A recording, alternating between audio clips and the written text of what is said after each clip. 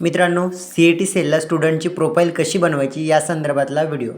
त्यासाठी आपल्याला सर्वप्रथम Google Chrome या ऑप्शनवरती क्लिक करावं लागेल. त्यावरती क्लिक केल्यानंतर आपल्यासमोरून ही विंडो ओपन झाली दिसेल. मित्रांनो, आपल्याला Google Chromeच्या सर्च बॉक्समध्ये CET सेल हे टाईप करून इंटर प्रेस करावं लागेल. मित्रांनो, इंटर प्रेस केल्यानंतर आपल्यासमोरून ही विंडो ओपन झाली दिसेल. फर्स्ट ऑप्शन तुम्हाला state common entrance test cell हा ऑप्शन दिसतोय, त्यावरती आपल्याला क्लिक करावं लागेल.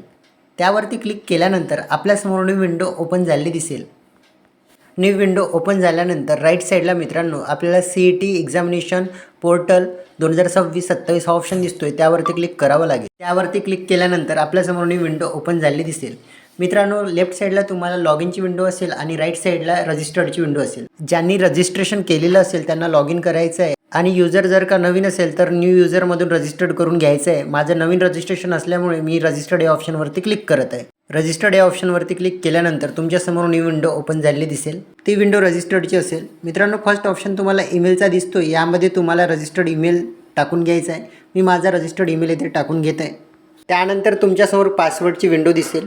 यामध्ये मित्रांनो तुम्हाला तुमचा पासवर्ड सेट करून घ्यायचा आहे. पासवर्ड हा 8 कॅरेक्टरचा असावा. मी रिकमेंडेड करेल की पासवर्ड सेट करताना pass@123 हाच पासवर्ड टाकावा, जेणेकरून तुम्हाला कुठल्याही प्रकारची अडचण येणार नाही. पासवर्डचा P हा कॅपिटलमध्ये असावा. मी माझा पासवर्ड येथे सेट करत आहे. पासवर्ड सेट केल्यानंतर तुमच्यासमोर कन्फर्म पासवर्डचा डायलॉग बॉक्स दिसतील. यामध्ये मित्रांनो तुम्हाला तुमचा पासवर्ड कन्फर्म करून घ्यायचा आहे. मी माझा पासवर्ड येथे कन्फर्म करून घेत आहे. त्यानंतर तुमच्यासमोर फुल नेमचा डायलॉग बॉक्स येतील. यामध्ये आधार कार्डप्रमाणे तुम्हाला तुमचं नाव इथे टाकून घ्यायचं आहे. मी माझं नाव इथे टाकून घेत आहे. त्यानंतर तुमच्यासमोर डेट ऑफ बर्थचा डायलॉग बॉक्स दिसतील. यामध्ये तुम्हाला तुमची डेट ऑफ बर्थ इथून सिलेक्ट करून घ्यायची आहे. डेट ऑफ बर्थ सिलेक्ट केल्यानंतर तुम्हाला रजिस्टर्ड या ऑप्शनवरती क्लिक करायचं आहे. रजिस्टर्ड या ऑप्शनवरती क्लिक केल्यानंतर तुमच्यासमोर न्यू विंडो ओपन झालेली दिसेल. ती ईमेल व्हेरिफिकेशनची असेल.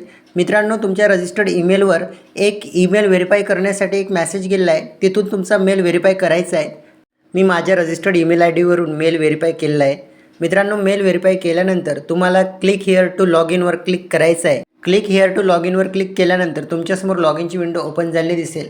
मित्रांनो, साइन इनमध्ये रजिस्टर्ड ईमेल IDमध्ये बाय डिफॉल्ट तुमची ईमेल ID असेल. पासवर्ड येथे तुम्ही सेट केलेला पासवर्ड येथे टाकून घ्यायचा आहे. मी माझा पासवर्ड येथे टाकून घेत आहे. पासवर्ड टाकून घेतल्यानंतर तुम्हाला साइन इन या ऑप्शनवरती क्लिक करायचं आहे. साइन इन या ऑप्शनवरती क्लिक केल्यानंतर तुमच्या समोर विंडो ओपन झालेली दिसेल. ती डिजिलॉकरची असेल.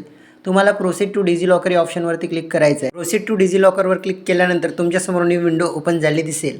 साइन अपमध्ये मित्रांनो तुम्हाला इंटरव्ह्यूवर आधार नंबर विचारेल. यामध्ये तुम्हाला तुमचा आधार नंबर येथे टाकून घ्यायचा आहे. मी माझा आधार नंबर टाकून घेत आहे. मित्रांनो, आधार नंबर टाकून घेतल्यानंतर नेक्स्ट या ऑप्शनवरती क्लिक करायचं आहे. नेक्स्ट या ऑप्शनवरती क्लिक केल्यानंतर तुमच्यासमोर न्यू विंडो ओपन झालेली दिसेल. त्यानंतर तुमच्या रजिस्टर्ड मोबाईल नंबरवर एक OTP गेलेला असेल. तो OTP येथे टाकून घ्यायचा आहे आणि सबमिट या ऑप्शनवरती क्लिक करायचं आहे. सबमिट या ऑप्शनवरती क्लिक केल्यानंतर मित्रांनो तुमच्यासमोर एक न्यू विंडो ओपन झालेली दिसेल. त्यानंतर तुमच्यासमोर your already registered with DigiLocker. याचा अर्थ तुमचं ऑलरेडी डिजिलॉकरला अकाउंट आहे. त्यामुळे तुम्हाला 6 डिजिट सिक्युरिटी पिन विचारेल. तुम्हाला तुमचं सिक्युरिटी पिन इथे टाकून घ्यायचं आहे आणि डन या ऑप्शनवरती क्लिक करायचं आहे. त्यानंतर तुमच्यासमोर डिजिलॉकरची विंडो ओपन झाली दिसेल. तुम्हाला अपर ID आणि आधार IDवर चेकमार्क द्यायचा आहे आणि अलो या ऑप्शनवरती क्लिक करायचं आहे. अलो या ऑप्शनवरती क्लिक केल्यानंतर तुमच्यासमोर न्यू विंडो ओपन झाली दिसेल. त्यानंतर तुमच्यासमोर युजर इन्फोचा डायलॉग बॉक्स ओपन झाला दिसेल.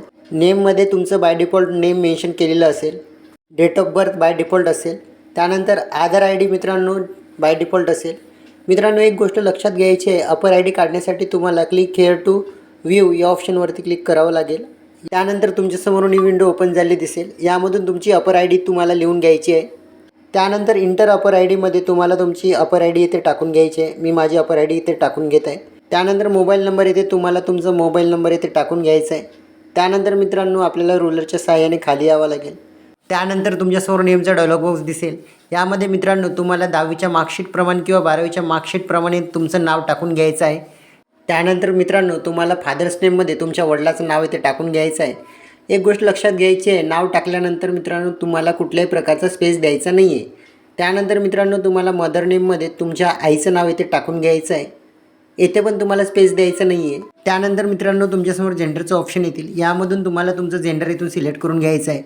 त्यानंतर मित्रांनो तुमच्यासमोर रिलिजनचं ऑप्शन येतील. यामधून तुम्हाला तुमचं रिलिजन इथून सिलेक्ट करून घ्यायचं आहे. त्यानंतर तुमच्यासमोर रिजनचा डायलॉग बॉक्स येतील. यामधून तुम्हाला तुमचं रिजन इथून सिलेक्ट करून घ्यायचं आहे.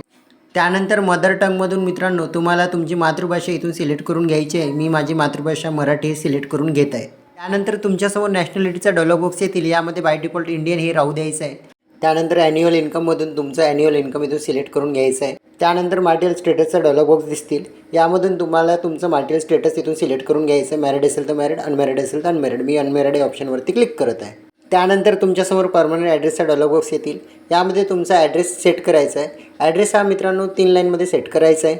त्यानंतर तुमच्यासमोर स्टेटचा ऑप्शन येतील. यामधून तुम्हाला तुमचं स्टेट इथून सिलेक्ट करून घ्यायचं आहे. मी माझं स्टेट इथून सिलेक्ट करून घेत आहे.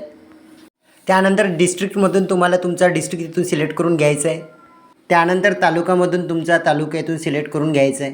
त्यानंतर तुमच्यासमोर विलेजचा डायलॉग बॉक्स येतील. यामधून तुम्हाला तुमचं विलेज इथून सिलेक्ट करून घ्यायचं आहे. मी माझं विलेज इथून सिलेक्ट करून घेत आहे. त्यानंतर तुमच्यासमोर पिनकोडचा डायलॉग बॉक्स येतील. यामध्ये तुम्हाला तुमचा पिनकोड इथे टाईप करून घ्यायचा आहे. मी माझा पिनकोड इथे टाईप करून घेत आहे. त्यानंतर STD कोडचा डायलॉग बॉक्स येतील. यामध्ये STD कोड टाकला नाही तरी चालेल, मॉनिटरी नाही आहे. त्यानंतर तुम्हाला अल्टरनेटिव्ह मोबाईल नंबर विचारेल. यामध्ये तुम्हाला अल्टरनेटिव्ह मोबाईल नंबर टाकायचा आहे. मी माझा अल्टरनेटिव्ह मोबाईल नंबर टाकत आहे. त्यानंतर ॲड्रेस फॉर करस्पॉन्डन्सचा डायलॉग बॉक्स येतील. तुमचा करस्पॉन्डन्स ॲड्रेस जर वेगळा असेल तर टाकू शकता. जर का तुमचा करस्पॉन्डन्स ॲड्रेस आणि परमनंट ॲड्रेस सारखा असेल तर तुम्ही सेम ॲज परमनंट ॲड्रेसवर चेकमार्क देऊ शकता. माझा करस्पॉन्डन्स ॲड्रेस आणि परमनंट ॲड्रेस सारखा असल्यामुळे मी सेम ॲज परमनंट ॲड्रेसवर चेकमार्क देत आहे. त्यानंतर अदर डिटेलमध्ये मित्रांनो डोमिसियलमध्ये तुम्ही महाराष्ट्राचे रहिवासी असल्यास येस करायचे, अदरवाईज नो करायचे. मी या ऑप्शनवरती क्लिक करत आहे. त्यानंतर मित्रांनो मायनॉरिटी डिटेलमध्ये तुम्ही जर का मायनॉरिटीमधून बिलॉंग करत असल्यास येस करा, अदरवाईज नो करा. मी नो या ऑप्शनवरती क्लिक करत आहे. त्यानंतर मित्रांनो are you person with disability, जर का तुम्ही अपंग असल्यास येस करा, अदरवाईज नो करा. मी नो या ऑप्शनवरती क्लिक करत आहे. त्यानंतर मित्रांनो सिलेक्ट SSC पासिंग इयर, तुम्हाला तुमच्या SSCचं पासिंग इयर इथून सिलेक्ट करून घ्यायचं आहे. मी माझं पासिंग इयर इथून सिलेक्ट करून घेत आहे. त्यानंतर तुमच्यासमोर SSC टोटल पर्सेंटेजचा डायलॉग बॉक्स येतील. यामध्ये मित्रांनो तुम्हाला 10वीमध्ये जे काही पर्सेंटेज मिळाले ते इथे टाकून घ्यायचे. मी माझे पर्सेंटेज इथे टाकून घेत आहे. त्यानंतर तुमच्यासमोर सिलेक्ट SSC बोर्डचा डायलॉग बॉक्स येतील. यामधून तुम्हाला तुमचं बोर्ड इथून सिलेक्ट करून घ्यायचं आहे. मी माझं बोर्ड इथून सिलेक्ट करून घेत आहे. त्यानंतर तुमच्यासमोर सिलेक्ट SSC स्कूल स्टेटचा डायलॉग बॉक्स येतील. यामधून तुम्हाला तुमच्या शाळेचा स्टेट इथून सिलेक्ट करून घ्यायचं आहे. मी माझं स्टेट इथून सिलेक्ट करून घेत आहे.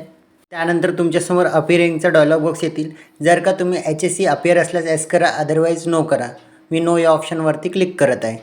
त्यानंतर तुमच्यासमोर HSC पासिंग इयरचा डायलॉग बॉक्स येतील. यामधून तुम्हाला तुमचं पासिंग इयर इथून सिलेक्ट करून घ्यायचं आहे. मी माझं पासिंग इयर इथून सिलेक्ट करून घेत आहे.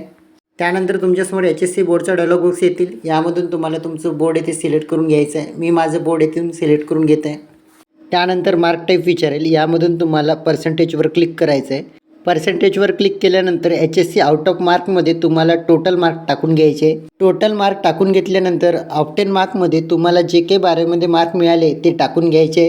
त्यानंतर HSC पर्सेंटेजवर क्लिक करायचं आहे. बाय डिफॉल्ट तुमचे पर्सेंटेज येथे शो होतील. त्यानंतर खाली डिक्लेरेशन दिलेलं आहे ते व्यवस्थित काळजीपूर्वक वाचून घ्यायचं आहे आणि चेकबॉक्सवरती चेकमार्क द्यायचं आहे. चेकमार्क दिल्यानंतर आपल्याला सेव्ह अँड चेंजेसवर क्लिक करायचं आहे. सेव्ह अँड चेंजेसवर क्लिक केल्यानंतर आपल्यासमोर विंडो ओपन झालेली दिसेल. अशा पद्धतीने मित्रांनो आपण CET प्रोफाईल कशी जनरेट करायची यासंबंधी माहिती बघितली आहे.